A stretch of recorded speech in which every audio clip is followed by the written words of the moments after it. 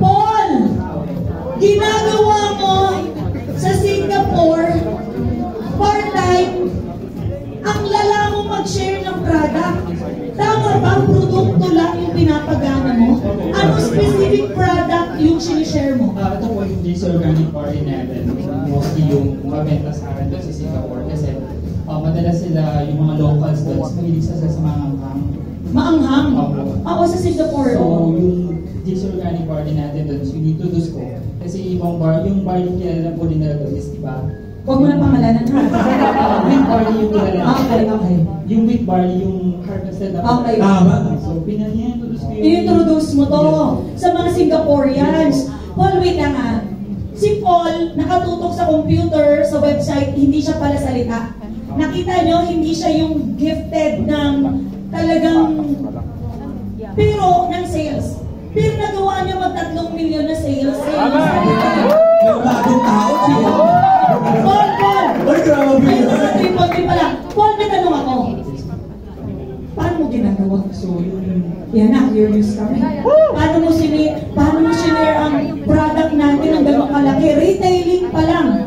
So, mas effective po sa akin yung pag-share ng mga testimonials and sa YouTube natin, which is pwede naman natin siyang gamitin anytime. Kung dami natin testimonials. So, for example po, meron akong nakita na merong problem sa cholesterol. Meron tayo itong testimonials na nagsasalita siya na nag-explain siya yung more experience sa dun sa party dun sa cholesterol.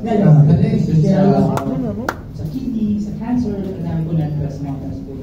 So pag nagtanong sila sa akin, tinupurot ko yung certain link po na yun. Sila na po yung nag-explain natin for the first few weeks. Kapag sa akin sila po. Paano lumaki?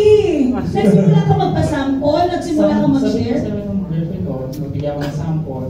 So doon ako nag-start. Sample muna. Sample muna. Yes po. Sample. Nag-sample ka lang ng product, tapos nagkaroon ka na ng regular customers. Yes. Grabe yan. Then from there, dinakasama ko yung log ko na sabi ko, bakit hindi ko itapin yung news na nabanggit ko na HDB community samples. Merong mga dialysis po sa baba. So from there, sinubukan kong introduce yung product. Ano yung dialysis center? Yes, dialysis center. Pinasok mo ang dialysis center? Wala kang kakilala doon? Grabe siya. Tapos hawak mo lang yung product, ano sabi mo sa kanila? Just I would like to introduce this product that can help you in terms of your blood circulations, etc. Ilan na ang na-order nila sa'yo? Marami na? Regularly po, 20 bucks. Wow! Nagpa-compute ako Okay!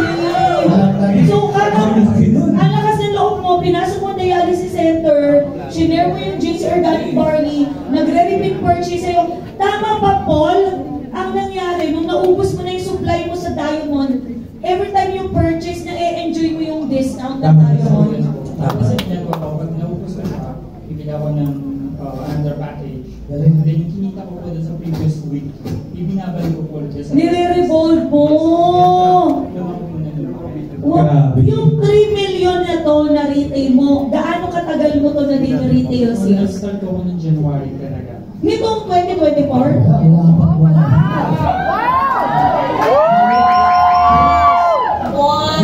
A year. Medyo nahihirapan ako, to be honest, sa pag-wholesale. Oo. Kasi busy rin, schedule. So, meron namang ibang ways to earn. Then I asked him, Coach, ano ba yung struggle mo dun sa business? Instead of asking, paano ka naging successful? Wow! So, it did me lot of things. So, I will bring that. Galing! Sabi mo sa akin, Maximize mo yung other ways. also, then sabi namin, you will go through a lot mental, emotional, physical, lahat ng problema pagdadaanan. Then what really touched me is, sabi niya sa akin, surrender mo lang everything ever. That's what I did. Then sabi ko, why not? So, Praise God. nag-diretso siya. Praise God! Hindi mo kilala yung mga customer mo, Paul?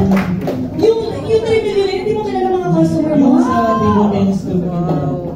Yung table tennis community lang. Sa table tennis community. Malala! Singapore. Paano yung inutusan mo yun sila? Ano po, pag naglalap po ako, hinanap ko ng product, and then tatanong sila para sa ako. Tama. Tapos, Ang galing, no? Na-inspire kayo?